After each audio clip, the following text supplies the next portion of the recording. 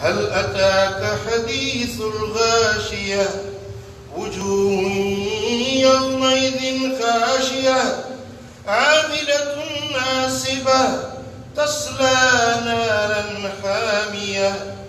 تسقى من عين آنية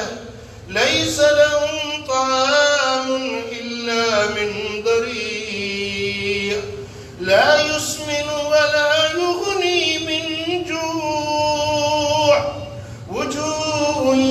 يومئذ ناعمة لسعيها راضية في جنة عالية لا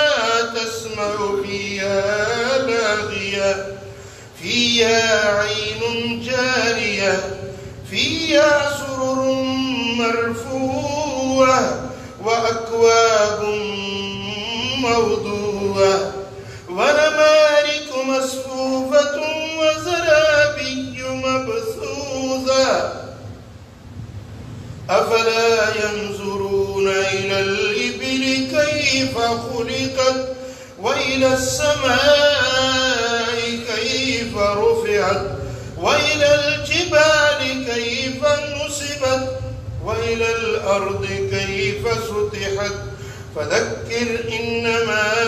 أنت مذكر لست عليهم بمسيطر إلا من تولى وكفر فيعذبه الله العذاب الأكبر إن إلينا إيابهم